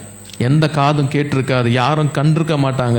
அப்படிப்பட்ட பெரிய மேன்மையான காரியங்களை தேவன் கர்த்தருக்கு காத்திருக்கிறவர்களை செய்கிறார். அது மாத்திரமில்லை, கர்த்தருக்கு காத்திருக்கிறவர்கள் பூமியை சுதந்தரிப்பார்களாம். சங்கீதம் 37:9 சொல்லுது, கர்த்தருக்கு காத்திருக்கிறவர்கள் பூமியை சுதந்தரித்துக் கொள்வார்கள். ஹல்லேலூயா. பூமியில் உள்ள நன்மைகளை, ஆசீர்வாதங்களை நம்ம சுதந்தரித்துக் கொள்ளணும்னா கர்த்தருக்கு காத்திருக்கணும். இரவு பகலாக கர்த்தருக்கு காத்திருக்கணும். எத்தனை நாள் போனாலும் சரி, நம்ம இன்னைக்கு கேட்குறோம், உடனே நம்மளுக்கு நாளைக்கு நடக்கலை, உடனே நம்ம ஜெபத்துக்கு பதில் கிடைக்கல, இது வேலைக்கு ஆகாது அப்படி சொல்லிட்டு அநேகர் விலகி போயிடுறாங்க.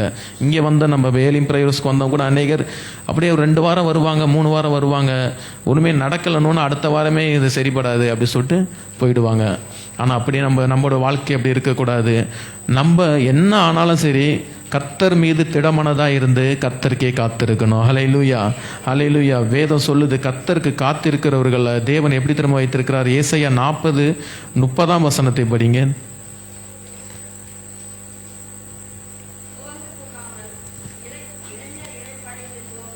இளைஞர் இலைப்படைந்து சோர்ந்து போவார்கள், வாலிபர்களும் இடறி விழுவார்கள், ஆனால் கர்த்தருக்கு காத்திருக்கிறவர்கள் புதுபலன் அடைவார்கள். ஹல்லேலூயா. இளைஞர்கள் கூட, இளமையானவர்கள், பலன் உள்ளவர்கள் இளைஞர்கள், பலவான் கையில் உள்ள அம்புகள் இளைஞர்கள், ஆனால் அவங்க கூட இடறி விழலாம், அவங்க கூட சோர்ந்து போகலாம். ஆனால் கர்த்தருக்கு காத்திருக்கிறவர்களையோ தேவன் புதுபலன் படுத்தி கழுகை போல பலப்படுத்துகிறாராம். ஹல்லேலூயா. கழுகை போல செட்டைகளை அடித்து எழும்புவார்களாம். கழுகு பறவைகளிலே மிக பலனுள்ள பறவை கழுகு தான். அதுக்கு எதிராக புயல் வந்தாலும் சரி, புயலுக்கு மேலே போயிடும், அது யாரும் அதை தடுக்க முடியாது. ஒரே டைமில் அது ரொம்ப லாங்கில் பறக்கிற, ஒரு நாட்டிலேருந்து அடுத்த நாட்டுக்கே பறந்து கண்டினியூவாக கடலை தாண்டி பறக்கும். அப்படிப்பட்ட பலன் வேற பறவைகளுக்கு இல்லை, கழுகுக்கு தான் ஆண்டவர் கொடுத்துருக்கிறார். அந்த கழுகை போல கர்த்தருக்கு காத்திருக்கிற நமக்கு தேவன் தருகிறார், புது பலன் தருகிறார். நமக்கு வயசானா கூட சரி, கர்த்தருக்கு காத்திருக்கும் போது கர்த்தர் நமக்கு ஒரு அப்படிப்பட்ட ஒரு பெரிய புது பலனை தருகிறார். ஹல்லேலூயா, ஹல்லேலூயா. அவர் புது பலன் தந்து நம்மை தாங்கி நம்மை நடத்துகிறார். ஹல்லேலூயா, ஹல்லேலூயா. ஒரு பாடல் ஒன்று நாம் பாடலாம்.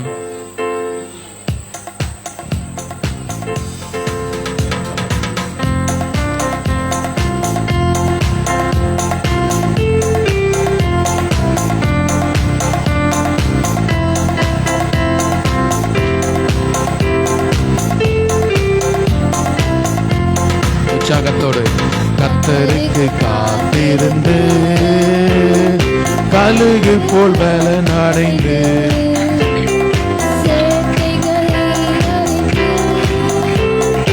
உயரே எழும்பிடுவாய். கர்த்தருக்கு காத்திருந்து கழுகு போல் பலன் அடைந்து சேட்டைகளை அடித்து உயரே எழும்பிடுவாய்.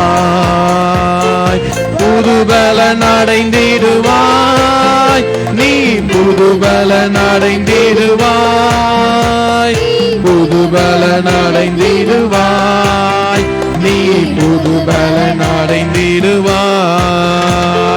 புது பலன் அடைந்திடுவாய், நீ புது பலன் அடைந்திடுவாய், நீ புது பலன் அடைந்திடுவாய், நீ புது பலன் அடைந்திடுவாய். கர்த்தரில் பலன் அடையும் பாக்கியம் பெற்றிடுவாய், பலத்தின் மேல் பலனடைந்து சீயோனுக்கு வருவாய், புது பலன் அடைந்திடுவாய், நீ புது பலன் அடைந்திடுவாய், நீ புது பலன் அடைந்திடுவாய், நீ புது பலன் அடைந்திடுவாய், புது பலன் அடைந்திடுவாய், நீ புது பலன் அடைந்திடுவாய், நீ புது பலன் அடைந்திடுவாய், நீ புது பலன் அடைந்திடுவாய். ஹல்லேலூயா. கர்த்தருக்கு காத்திருந்து நம்ம புது பலன் அடைவோம். ஹல்லேலூயா. நம்ம தினமும் சோர்ந்து போகாமல் ஜெபிக்கும் போது ஆண்டவர் நம்மை பலப்படுத்துகிறார். ஹல்லேலூயா. தேவன் நம்முடைய இல்லத்தில் வந்து நம்மை சுகப்படுத்துகிறார், சுகப்படுத்தி நம்மளை பலப்படுத்துகிறார். ஆண்டவரை நம்ம இல்லத்தில் நம்ம வரவேற்கும் போது ஆண்டவர் நம்மளை பலப்படுத்துகிறார். ஹல்லேலூயா. அடுத்ததாக அவர் சமூகத்தில் நம்ம திடமனதாய் காத்திருக்கும் போது, விசுவாசத்தோடு காத்திருக்கும் போது தேவன் நம்மை பலப்படுத்துகிறார். ஹல்லேலூயா. இந்த 3 காரியங்களை நம்ம வாழ்க்கையில் செய்யும்போது தேவன் நிச்சயமாய் நம்மளை பலப்படுத்தி எல்லாவற்றையும் நமக்கு செய்தற்கு ஆண்டவர் பலன் செய்கிறார். ஹல்லேலூயா. தேவன் தாமே இந்த வார்த்தைகளை ஆசீர்வதிப்பாராக. ஆமென்.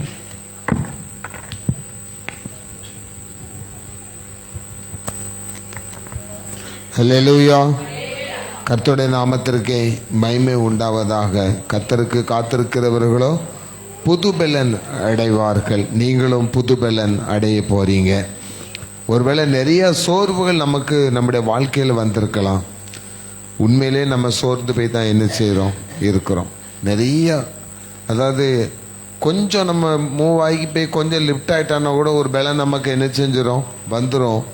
எழுந்திருக்கவே முடியாதபடி தொடர்ந்து நம்ம மேலே பாரங்கள் அழுத்திட்டே இருக்குன்னு வச்சுடுங்களேன், நிச்சயமாக எந்த மனுஷனாலும் நிம்மதியாக என்ன செய்ய முடியாது, வாழ முடியாது. ஒவ்வொரு நாளும் ஒரு நன்மை நம்ம என்ன செய்கிறோம், எதிர்பார்க்கிறோம். ஒரு சந்தோஷமான காரியத்தை நம்ம என்ன செய்கிறோம், எதிர்பார்க்கிறோம்.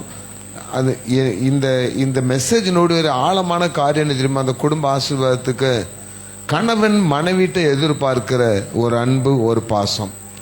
மனைவி கணவன்கிட்ட எதிர்பார்க்குற அந்த கணவன் மனைவிக்குள்ள ஒருத்தருக்கு ஒருத்தர் இருக்கிற அந்த ஒரு பாசத்தையும் ஒரு அன்பையும் மாத்திரம் இல்லை, ஒரு நம்பிக்கை ஒருத்தர் மேலே ஒருத்தருக்கு என்ன செய்யும், இருக்கும்.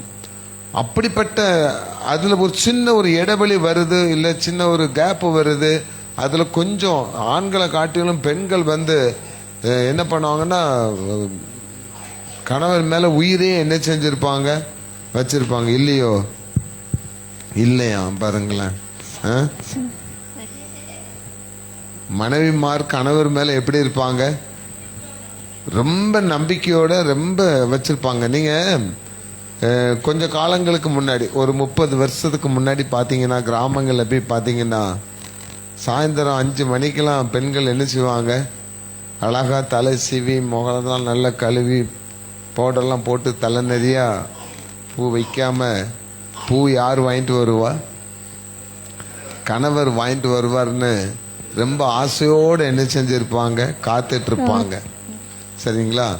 அப்படியே வீட்டுக்கு வாசலுக்கு போகிறதும், வீட்டுக்குள்ளே போகிறதும், வாசலுக்கு போகிறதும், வீட்டுக்குள்ளே போகிறதுமா இருக்கும். சரிங்களா? அது ஒரு 30 வருஷத்துக்கு முந்தி சொன்னேன், இப்போ சொல்லலை. இப்போ 2 மணிக்கு தூங்கிட்டு இருக்கும் போதே வீட்டு வாசலில் அம்மா கனகாம்பரம் பூ, மல்லிகைப்பூன்னு வந்து தட்டி பூவை என்ன செஞ்சிடறான், கொடுத்துட்டு போயிடுறான். அதனால புருஷனை இப்போ யாரும் என்ன செய்யறது கிடையாது, பூவுக்கு கூட எதிர்பார்க்கறதே கிடையாது. அடுத்தப்பல இந்த காலத்தினுடைய முன்னேற்றங்கள் பாருங்களேன். எந்த ஒரு காரியம் வேணாலும் கையில் செல்ஃபோன் என்ன செய்யுது, இருக்குது. உடனே ஒரு ஃபோன் பண்ணால் அடுத்த 5 நிமிஷம் வீட்டுக்கு வந்து என்ன செஞ்சிருது, பொருள் வந்து சேர்ந்துருது. இன்னும் அதோட இன்னொரு முக்கியமான காரியம் என்ன இருக்குன்னா, கணவன் வாங்குற சம்பள தொகை யாருடைய ஜிபேக்கு வந்துடுது? ஒய்ஃபோட அக்கௌண்ட்டுக்கு ஆட்டோமேட்டிக்காகவே போடும்படி அவனே சொல்லிடுறான், என் ஒய்ஃபுக்கு போட்டிருங்க. ஏன் அப்படின்னா இவ தொல்லை நமக்கு என்ன செய்ய முடியாது, தாங்க முடியாதுங்கிறக்காக என்ன செய்யறான், அக்கௌண்ட்டுக்கு அங்கே போட சொல்லிடுறான். அதனால ஒய்ஃபுக்கு இப்போ எந்த கவலையும் கிடையாது.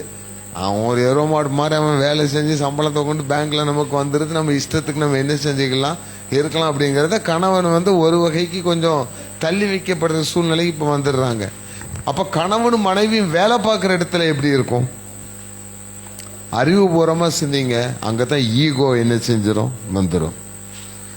நீ பெரியவனா, நான் பெரியவளா, உனக்கு ஈக்குவலாக நானும் என்ன செஞ்சிட்டு இருக்கேன், சம்பளம் வாங்கிட்டு இருக்கேன். நீயும் காலமே ஆஃபீஸ் போகிற, நானும் காலமே என்ன செய்கிறேன், ஆஃபீஸ் போகிறேன். அப்போ பிள்ளைகள் இதில் யாருடைய நிலைமை பாதிக்கப்படுதுன்னா பிள்ளைகளுடைய நிலைமை என்ன செஞ்சிடும், பாதிக்கப்பட்டுரும். நான் சமீப காலத்துக்கு முன்னாடி ஒரு கொஞ்ச காலத்துக்கு முன்னாடி ஒரு வீட்டுக்கு ப்ரேயர் பண்ண போயிருந்தேன்.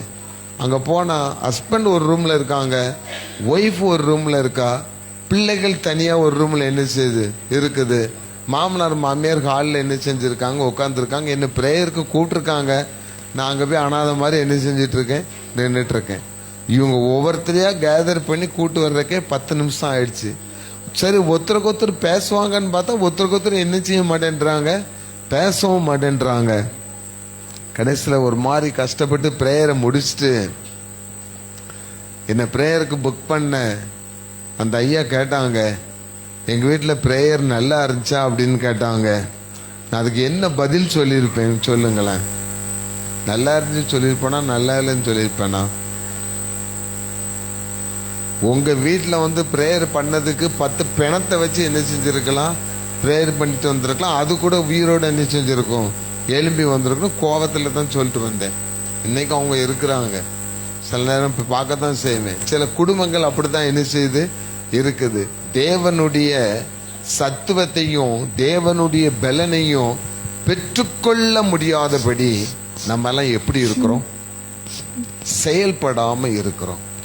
ஆவிக்குரிய வாழ்க்கையில ரொம்ப சோர்ந்து போய் செயலற்று போய் இருக்கிறனால ஆண்டவரால் நமக்கு கொடுக்கப்படுகிறது கூட நம்ம சரீரம் கூட என்ன செய்ய மாட்டேங்குது, ஏற்றுக்கொள்ளவே மாட்டேங்குது. நான் ஒரே ஒரு காரியத்தை சொல்லி ஜெபத்து கடன் சொல்ல போறேன். முந்தா நாள் நான் நன்மங்கலத்துக்கு ப்ரேயருக்கு போயிருந்தேன். அங்கே ஒரு பேஷண்ட் அவங்க ஆக்சிடென்ட் ஆகி மூளையில் என்ன செஞ்சிடுச்சு, அடிபட்டுடுச்சு. ஆனால் வீட்டுக்கு வந்துட்டாங்க. திடீர்னு என்ன செய்யறாரு, வீட்டை விட்டு எந்திரிச்சு என்ன செஞ்சிடறாரு, போயிடுறாரு. ஆனால் அவருக்கு என்ன ப்ராப்ளத்தினால ஆக்சிடென்ட் ஆச்சுன்னா அவர் பயங்கரமான குடிக்காரரு. குடிச்சுனா பைக்கில் கீழே விழுந்து ரத்தனம் ஒன்று வரல, மூளைக்குள்ள க்ளோவ் அப்படி என்ன செஞ்சிச்சு, எல்லாமே இதாகி இருக்கிறாரு. அப்போ அவருக்காக ரோமனை கூடுதா அவங்களுடைய திங்கிங் ஃபுல்லாக என்ன இருக்குன்னா, இப்போ யார் நமக்கு காசு தருவா, நம்ம எப்பயும் என்ன செய்யலாம், பிடிக்கணும். அப்போ அந்த அடிப்பட்ட சூழ்நிலையில கூட திங்கிங் ஃபுல்லாக எங்கே இருக்கு, குடிக்கணும் குடிக்கணும் குடிக்கணும்னே தான் இருக்கு. அப்படிப்பட்டவங்களுக்கு அந்த மாதிரி எண்ணம் உள்ளவங்களுக்கு ஆண்டவர் சுகத்தை என்ன செய்ய முடியாது, கொடுக்க முடியாது. பாவ மன்னிப்பின் நிச்சயம் இல்லாம ஆண்டவர்கிட்ட பலனை பெற்றுக்கொள்ள முடியாது. ஹல்லேலூயா. அதனால ஆண்டவர்கிட்ட இந்த நல்ல நாள்ல ஒப்பு கொடுப்போம். எல்லா காரியத்தையும் ஆண்டவர்கிட்ட நம்ம ஒப்பு கொடுத்து, ஆண்டவரே என் குடும்பத்தில் நான் பலன் இல்லாமல் இருக்கிறேன், என் பிள்ளைகள் பலன் இல்லாமல் இருக்கிறாங்க, என் மனைவி பலனற்று இருக்கிறா, நாங்கள் சத்துவம் இல்லாமல் என்ன செய்கிறோம் இருக்கிறோம். ஆண்டவர் தான் எங்களுக்கு என்ன செய்யணும், பலன் கொடுக்கணும்னு சொல்லி கேளுங்க. ஒன்று உலக பிரகாரமா, ஆவிக்குரிய பிரகாரமா பிசாசை எதிர்த்து நம்மளால என்ன செய்ய முடியல, போராட முடியல. சாத்தானுடைய கிரியைகளை நம்மளால எதிர்த்து போராட முடியாம நிறைய நேரங்கள் என்ன செஞ்சிடறோம், ரொம்ப சோர்ந்து போயிடுறோம். அதுதான் ரொம்ப சோர்வு. நம்ம தோல் மேல ஏறி என்ன செஞ்சிருவான், உட்கார்ந்துருவான். பைபிள் சொல்லுது, உன் தோளின் மேல் இருக்கிற அவனுடைய நுகங்களை முறித்து உன் கட்டுகளை நான் என்ன செய்வேன், அறுப்பேன் அப்படின்னு ஆண்டவரே சொல்றாரு. அப்போ அவன் நுகம் நம்ம தோல் மேல இருக்குது. அதனால ஆண்டவரே, ஆவிக்குரிய வாழ்க்கையில நான் ஸ்திரப்பட்டு ஆவிக்குரிய பலனை நான் பெற்று கொண்டாதான் உலகத்துல எனக்கு வர்ற சோதனைகளை நான் என்ன செய்ய முடியும், ஜெயிக்க முடியும். அது எப்படி தெரியுமா, ஒரு யுத்தத்துக்கு ஒரு ராணுவம் போகுது, பீரங்கி இருக்குது, துப்பாக்கி இருக்குது, ரெண்டுலுமே குண்டுகள் இல்லாம இருந்துச்சுன்னா,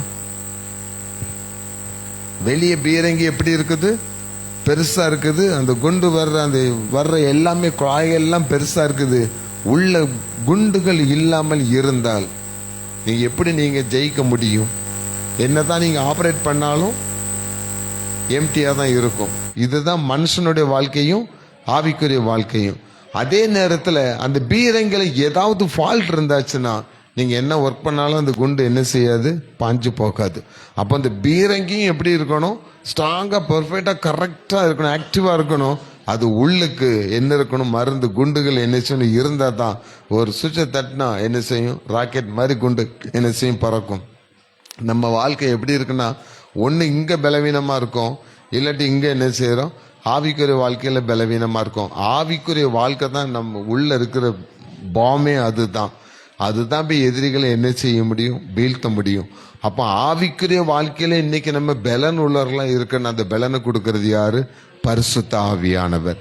இந்த சரீரத்துல நம்ம ஆவியில பலன் கொள்ளணும்னா பரிசுத்த ஆவியினுடைய பலன் நமக்கு என்ன செய்யணும், வேணும். இதை நம்ம முதல்ல பெற்றுக்கொண்டாச்சுனாலே இந்த உலகத்தை நம்ம என்ன செய்யலாம், ஈஸியா கட்டலாம், ஈஸியா பிடிக்கலாம், ஈஸியா ஆளுகை செய்யலாம். எந்த பிசாசு எந்த சத்துரம் நம்ம முன்னாடி வந்தாலும் நம்மகிட்ட உள்ள பெரிய பெரிய டைம் பாம்பெலாம் என்ன செய்யுது இருக்குது. நம்ம தான் ராக்கெட், நம்ம தான் மெஷின் கண்ணே, நம்மகிட்ட தான் அது இருக்குது. ஆனா உள்ள ஐட்டம் இல்லாம வெறும் மெஷின் கண்ணை போட்டு என்ன செய்ய முடியாது, அலையவே முடியாது. பொம்மை துப்பாக்கி மாதிரி போட்டுட்டு. அப்ப ரெண்டுலயும் நீங்க எப்படி இருக்கணும், சரீர பிரகாரமா நீங்க சத்துவமா இருக்கணும், ஆவிக்குரிய பிரகாரமும் எப்படி இருக்கணும், பலன் உள்ளவங்களா இருக்கணும். இந்த ரெண்டும் சேர்ந்தா தான் தண்டவாளத்துல இதுவும் கரெக்டா இருக்கணும், இதுவும் கரெக்டா இருக்கணும். ரெண்டு வேயும் கரெக்டா தான் ட்ரெயின் அதுல கரெக்டா போகும். இல்லாட்டி ரயில் கவிழ்ந்து 1000 பேர் பலி அப்படின்னு வரும். சரிங்களா? அப்ப நம்ம தண்டவாளம் ரெண்டும் ஒழுங்கா இருக்குன்னா இயேசுவோடு நான் என்ன செய்யணும், கரம் பிடித்து அவருடைய ட்ராக்ல அவரு கூட நான் இணைஞ்சு போயிட்டு இருந்தாச்சுன்னா உங்கள் வாழ்க்கை வெற்றி உள்ள வாழ்க்கையாக முடியும். நாம் ஜெபிக்கும்படி நாம் இழந்திருக்கலாம்.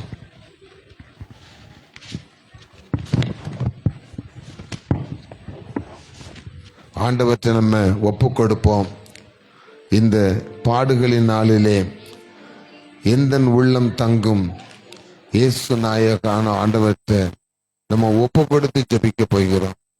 நம்முடைய வாழ்க்கையை மாற்றுகிற ஆண்டவர், நம்முடைய ஒவ்வொரு காரியங்களிலும் மாற்றத்தை விரும்புகிற ஆண்டவர். இந்த ஜெப நேரத்தில் தயவு செய்து இந்த ஜெப நேரத்தில் பாடல் புஸ்தகத்திலே 672வது பாடல் ஆண்டவர்கிட்ட ஒப்பு கொடுத்து நம்ம ஜெபிக்க போகிறோம்.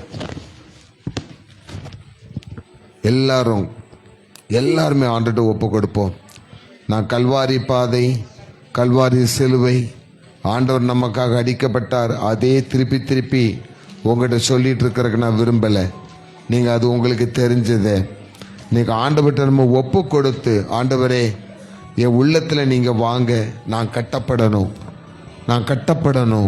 இன்னைக்கு செய்தியில் கேட்ட மாதிரி நான் கர்த்தருக்கு காத்திருந்து எல்லா காரியங்களையும் காத்திருந்து நான் கட்டப்படணும்னா நான் மனம் திரும்பி இருக்கணும், என் உள்ளம் சுத்தமாக இருக்கணும். நீங்கள் ஒப்பு கொடுப்போமா? எந்த உள்ளம் தங்கும் இயேசு நாயகா பாடல் புஸ்தகத்தில் இருக்கிற அந்த இதில் என்ன முதலாவது ஸ்டான்ஸாகவும் கடைசி ஸ்டான்ஸாகவும் நாம் ஆண்டவரிடத்தை ஒப்பு கொடுத்து படித்து நாம் ஜெபித்து முடிக்க போகிறோம். எந்தன் உள்ளம் தங்கும் இயேசு நாயகா, உந்தன் வீடாய் கொள்ளும் இயேசு நாயகா, இயேசு நாயகா, இயேசு நாயகா, உந்தன் வீடாய் கொள்ளும் இயேசு நாயகா, மாம்சக்கிரியை போற்றும் இயேசு நாயகா,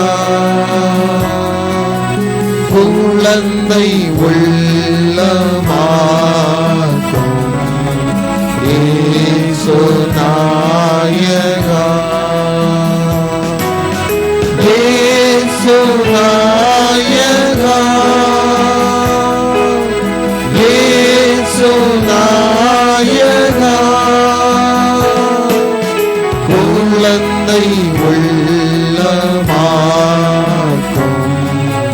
இயேசு நாயகா, என்னை உமக்கு ஒப்பு கொடுப்போமா ஆண்டவருக்கு? எல்லாரும் வாலிப பிள்ளைகள், சின்ன பிள்ளைங்க, பெரியவங்க எல்லாருமே ஆண்டவற்றை ஒப்பு கொடுங்க.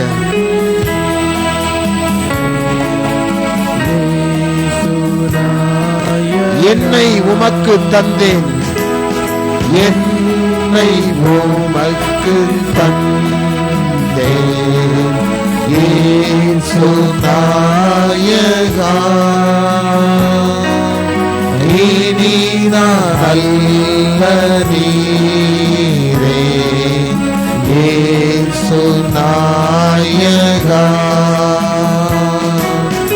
இயேசு நாயகா, இயேசு நாயகா, இனி நான் அல்ல நீரே, இயேசு நாயகா. ஜெபம் பண்ணக்கிடுவோம்.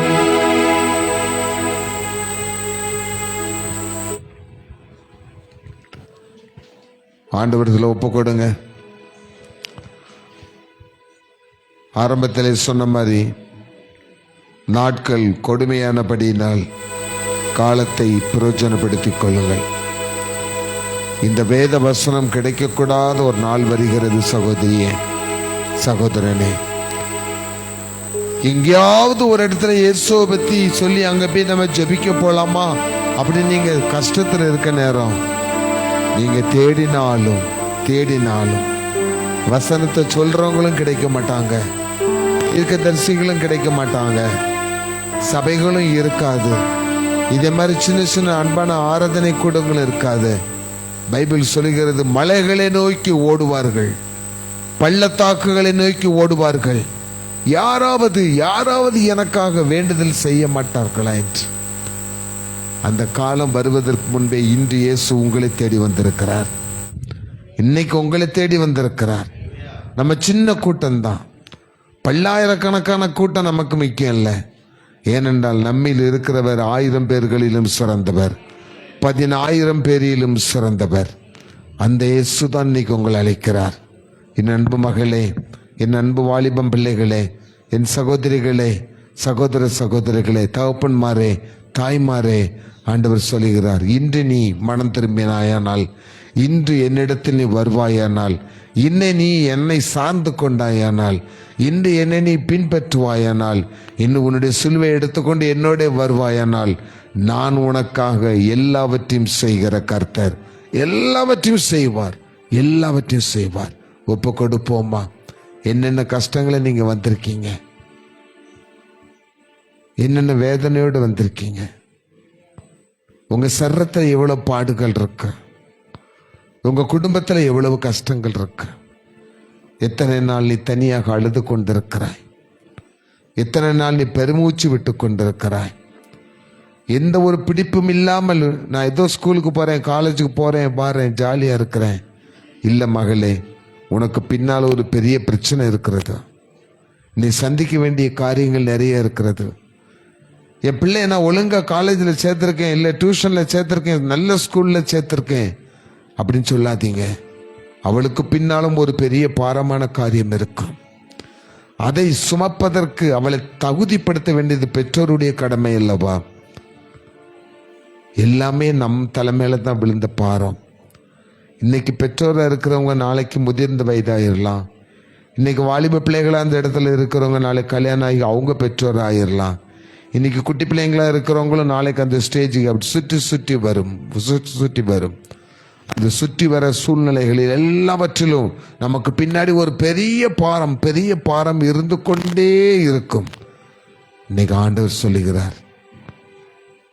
சொல்லுகிறார், பாரத்தோடு வந்திருக்கிற மகளே, வேதனையோடு வந்திருக்கிற மகனே, தீராத வியாதியோடு வந்திருக்கிறவளே, இன்னைக்கு ஆண்டவர் சொல்லுகிறார், கர்த்தர் மேல் உன் பாரத்தை வைத்துவிடு, கர்த்தர் மேல் உன் பாரத்தை வைத்துவிடு, கர்த்தர் மேல் உன் பாரத்தை வைத்துவிடு. அவரே எல்லாவற்றையும் பார்த்து கொள்வார். அல்லேலூயா.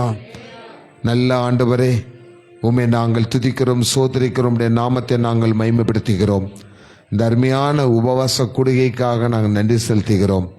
இந்த பிப்ரவரி மாதம் 28ஆம் தேதியோடு இந்த மாதம் எங்களுக்கு முடிகிறது ஆண்டவரே. இன்னும் சில மணித்துளிகளில் நாங்கள் மார்ச் மாதத்தை நாங்கள் சந்திக்க போகிறோம். இந்த மார்ச் மாதமானது வேகமாக மார்ச் டான் சொல்லுவாங்கப்பா, அது வேகமாக வேகமாக போய்கிட்டே இருக்கும். அந்த உலகத்தினுடைய வேகத்தில் நாங்கள் போகும் பொழுது நாங்கள் இடறி விழுகிற காரியங்கள் நிறைய இருக்கிறது ஆண்டவரே. நாங்கள் தடிக்கு விழுகிற காரியம் நிறைய இருக்கிறது ஆண்டவரே. உலகத்தினுடைய காரியங்கள், மாம்சத்தினுடைய இச்சைகள், அது மட்டும் இல்லாமல் எங்கள் குடும்பத்தில், எங்கள் சரீரத்தில், எங்கள் மேலே இருக்கிற சரீரத்தினுடைய வியாதிகள், பலவீனங்கள், இனிமே எங்கள் குடும்பத்தில் இருக்கிற கடன் பிரச்சனைகள், பற்றாக்குறைகள், பிள்ளைகளை குறித்ததான கவலைகள், பிள்ளைகளை குறித்ததான வேதனைகள், பிள்ளைகளுடைய எதிர்காலத்தை குறித்ததான எதிர்பார்ப்புகள், இப்படி எல்லாம் அடுக்கடுக்காய் எங்களுக்கு முன்னால் இருக்கிறது ஆண்டவரே. அவைகள் எல்லாவற்றையும் நாங்கள் தாண்டி போகணும்னா அதுக்குரிய பலன் எங்களுக்கு வேண்டும் ஆண்டவரே. அந்த பலனை தான் இன்னைக்கு நான் தருவேன்னு சொல்லியிருக்கீங்க. சோர்ந்து போகிறவனுக்கு நான் பலன் கொடுக்கிறவர், சோர்ந்து போகிறவனுக்கு நான் சத்துவத்தை கொடுக்கிறவர், எனக்காக காத்திருக்கிறவர்களை நான் பலப்படுத்துகிறவர், என்னை சார்ந்திருக்கிறவனை நான் பலப்படுத்துகிறவர் என்று அருமையான வார்த்தைகளை கொடுத்தீர் ஆண்டவரே. இன்று நாங்கள் மனிதர்களை சார்ந்து கொண்டிருக்காமல், மனிதனுடைய காரியங்கள் சார்ந்து கொண்டிருக்காமல், உலகத்தில் உள்ள நவீனங்களை சார்ந்து கொண்டிருக்காமல், உலகத்தில் உள்ள பெரிய பெரிய காரியங்களை சார்ந்து கொண்டிருக்காமல், எங்கள் கண்களில் நாங்கள் இதுவரைக்கு காணாத, இதுவரை தரிசனத்தால் கூட பார்க்க முடியாத ஒரு இறைவன் என்று எங்களுக்கு ஒருவர் உண்டு. அவர் எங்களுக்குள் இருக்கிறார். அவர் அந்த இயேசு கிறிஸ்து என்பதை உணர்ந்து உம்மை சார்ந்து கொள்ளும் பொழுது ஜெயக்கொடி எங்க கையில் கொடுக்க விரும்புகிறேன். வெற்றி கொடியை நாங்கள் பெற்றுக்கொள்வோம் அப்பா. இன்றோடு இந்த பிப்ரவரி 28 இந்த மணி துளிகளோடு எங்களுடைய கஷ்டங்கள் எல்லாவற்றுக்கும் நீங்க ஃபுல் ஸ்டாப் வச்சிருங்கப்பா, ஃபுல் ஸ்டாப் வச்சிருங்கப்பா, ஃபுல் ஸ்டாப் வச்சிருங்கப்பா. இனிமேல் எங்களுடைய வாழ்க்கை ஒரு ஆச்சரியக்குறியாய் மாறட்டும். எங்களுக்கு விரோதமாக கிரியை செய்கிற சத்ரு, எங்களுக்கு விரோதமாக கிரியை செய்கிற சாத்தான், எங்களுக்கு விரோதமாக கிரியை செய்கிற பிசாசு, எங்களுக்கு விரோதமாக கிரியை செய்கிற சூனிய மந்திர கட்டுகள், எங்களோடு போராடி கொண்டிருக்கிற பலவீனத்தின் ஆவிகள் எல்லாவற்றையும் இயேசுவின் நாமத்தினாலே சபிக்கிறேன் ஆண்டவரே. பொறாமையின் ஆவிகள், பண்கண்ணின் ஆவிகள், எரிச்சலின் ஆவிகள் எல்லாவற்றையும் இயேசுவின் நாமத்தினாலே சபிக்கிறேன் ஆண்டவரே. எங்க பிள்ளைகளுக்கு விடுதலை உண்டாகட்டும், எங்க பிள்ளைகள் விடுதலை பெறட்டும், உம்முடைய நாம மாத்திரமே மகிமைப்படட்டும். கர்த்தருடைய கரத்துக்குள் ஒப்பு கொடுக்கிறோம். இயேசுவின் நாமத்தில் ஜெபிக்கிறேன் பிதாவே, ஆமேன், ஆமேன், ஆமேன். எல்லாரும் சேர்ந்து சொல்லுவோமா? என் ஆத்துமாவே கர்த்தரை சோத்திரி, என் முழு உள்ளமே பரிசுத்த நாமத்தை சோத்திரி. என் ஆத்துமாவே கர்த்தரை சோத்திரி, கர்த்தர் செய்த சகல உபகாரங்களையும் மறவாதே. ஆமேன், ஆமேன், ஆமேன்.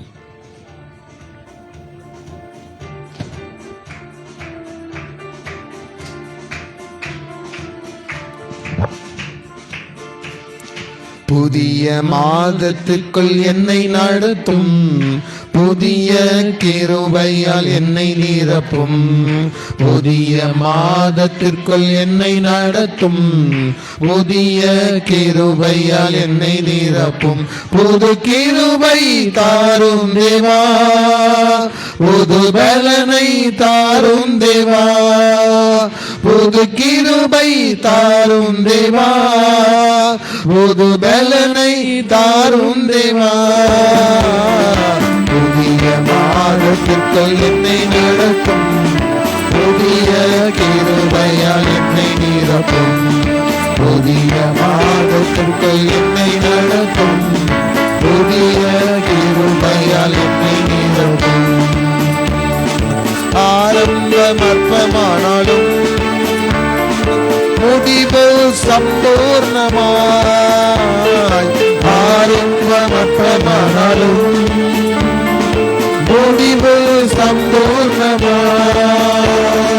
குறைவுகள் நிறைவாகட்டும், எல்லா குறைவுகள் நிறைவாகட்டும், எங்கள் வளர்ச்சி செழிப்பாகட்டும், எங்கள் வளர்ச்சி செழிப்பாகட்டும்.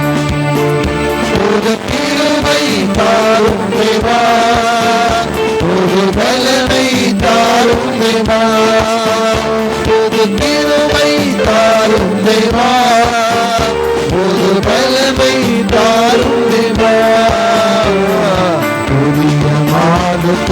என்னை நடத்தும், புதிய கிருபையால் என்னை நிரப்பும், புதிய மாதத்திற்குள் என்னை நடத்தும், புதிய கிருபையால் என்னை நிரப்பும். அல்லேலூயா, அல்லேலூயா, அல்லேலூயா. கர்த்தர் உங்களை ஆசீர்வதிப்பாராக. ஆமென்.